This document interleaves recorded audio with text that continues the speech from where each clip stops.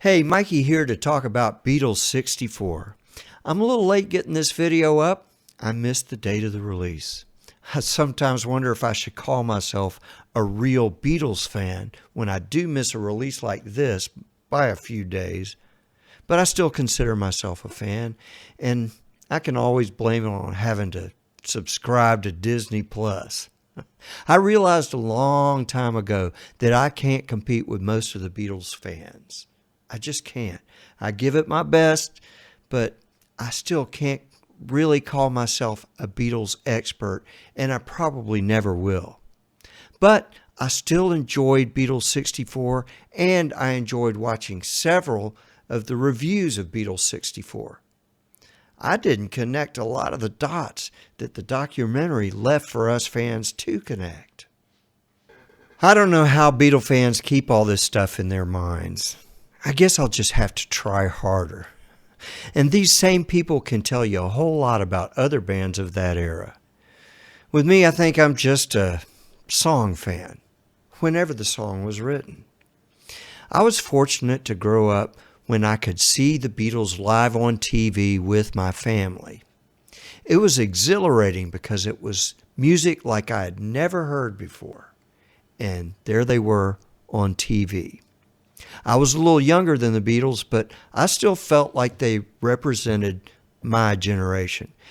TV was full of my parents' music, which I usually liked. But the Beatles were new and different to me. I was a music nerd by the time I was 5, so hearing their albums and then seeing them on TV was pivotal. I think one reason I was slow watching this documentary was I thought it would be yet another version of concert after concert. And there's certainly nothing wrong with that, but I've seen so many Beatle concerts, I don't get real excited about seeing yet another version of those concerts. Though I do enjoy Beatle concerts when I watch them, I just don't watch them. I don't enjoy them as much as I did years ago. I wish I could. So this documentary seems to be made more to appeal to a younger demographic. A lot of people on Beatles 64, so oftentimes well-known people, are seen talking about what was going on around the Beatles and themselves. It was a time for American youth like no other. And there we were, being that youth. Listening to people give their version of what was going on with the Beatles reassures all of us who were there that we really had as good a time as we remember having. But ultimately, it tells other generations, just how good we all had it. At the core of it all are the songs. The early songs caught the attention of the vast majority of the youth in our part of the planet. What is sometimes hard to realize is it was the young girls that created the over-the-top excitement. I remember going to see A Hard Day's Night in the theater right when it came out. There weren't the high number of theaters back then, so the theater had a line wrapped around an entire city block to get in. And if you looked at the line, it was mostly young girls. Yes, it was young girls that sold the Beatles to the world and to us guys. There is no greater joy created anywhere in the universe like the joy screaming out from a happy young girl. When I used to DJ parties for a young crowd, there were a few songs that would elicit real joy from the kids who were dancing.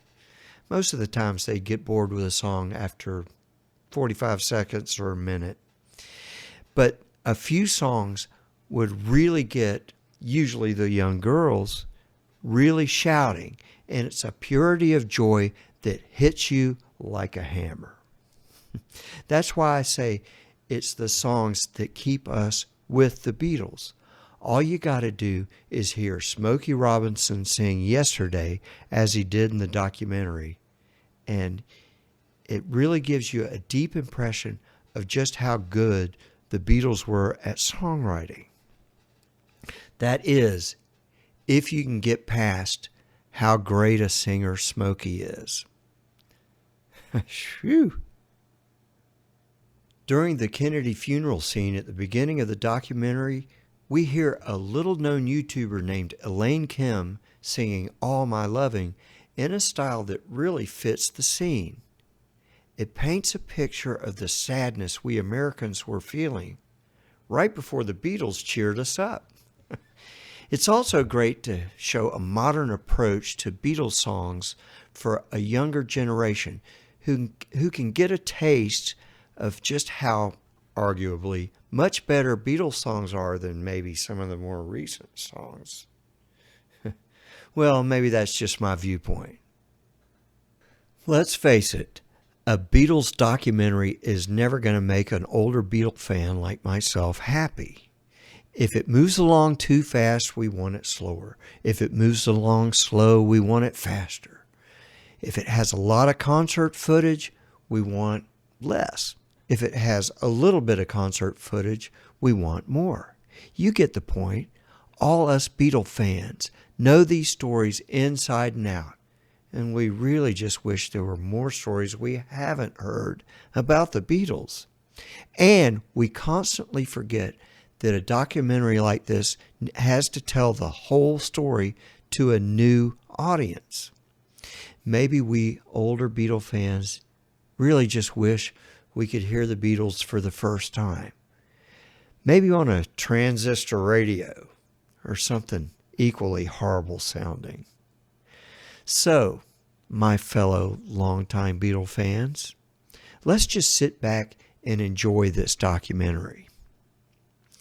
And enjoy the fact that there are still so many people, famous and not so famous, still talking about the Beatles so many years later.